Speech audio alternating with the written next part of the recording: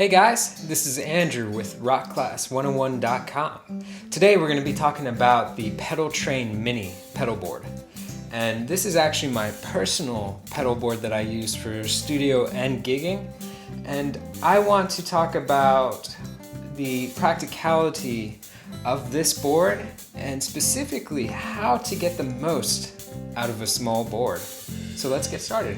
What you guys can see first off is that everything is nicely laid out, and what I like about the Mini and basically all of Pedaltrain products is that they really make it very easy for people to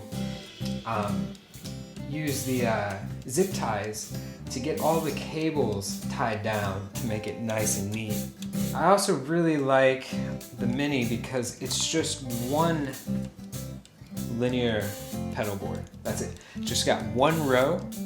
I think the step up from this, I think they call it the Junior, and it's like 2 rows. And the problem I have with pedal boards that have multiple rows is that it just becomes a pain in the butt to stick your foot over a whole row of pedals to engage another one above.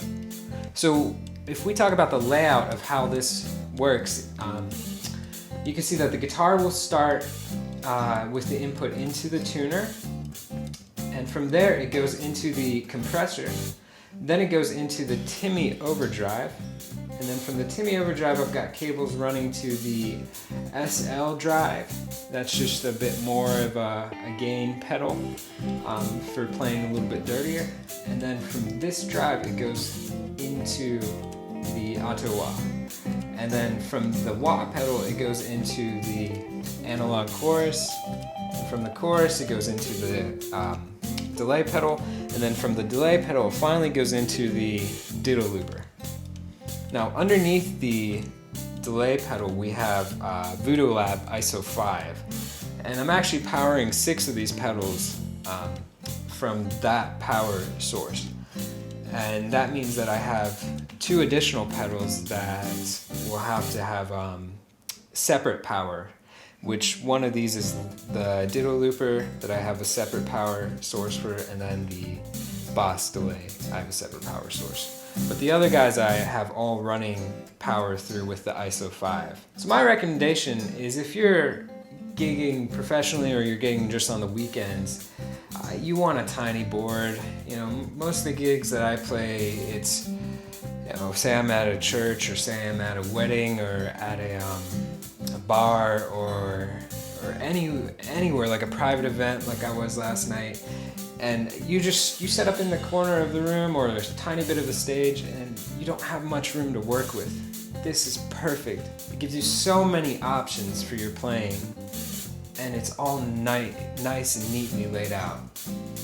One drawback that this pedal board does have is that the Voodoo Lab ISO 5, generally those power sources get mounted on the back of boards.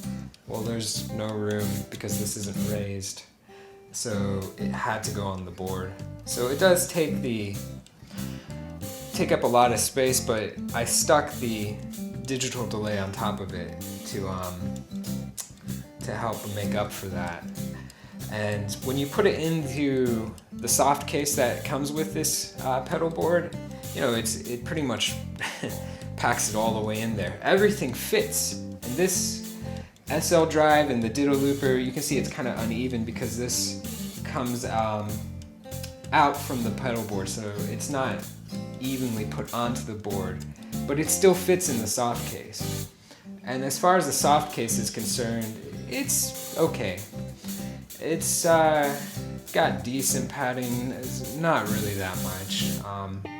It's okay. That's all I have to say about it. It gets the job done. I'm looking into buying a Studio Pro Slip bag. I'll put a link for their company below.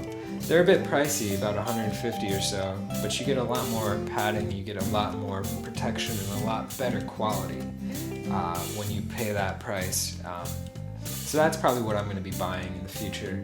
But the pocket on top fits everything that I need for the pedal board. It's got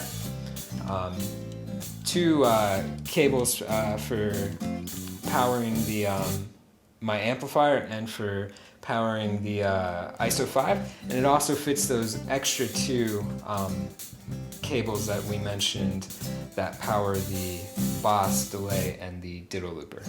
Overall, I would recommend this pedal for a professional musician looking to get the most amount of pedals in the smallest amount of space so that you take up the least amount of room on stage. And it's great for the weekend warrior player as well that, you know, doesn't need a giant pedal board. Thank you guys for watching. This has been Andrew with rockclass101.com. Check out our site for more gear reviews as well as lessons for ukulele, bass, guitar, and drums.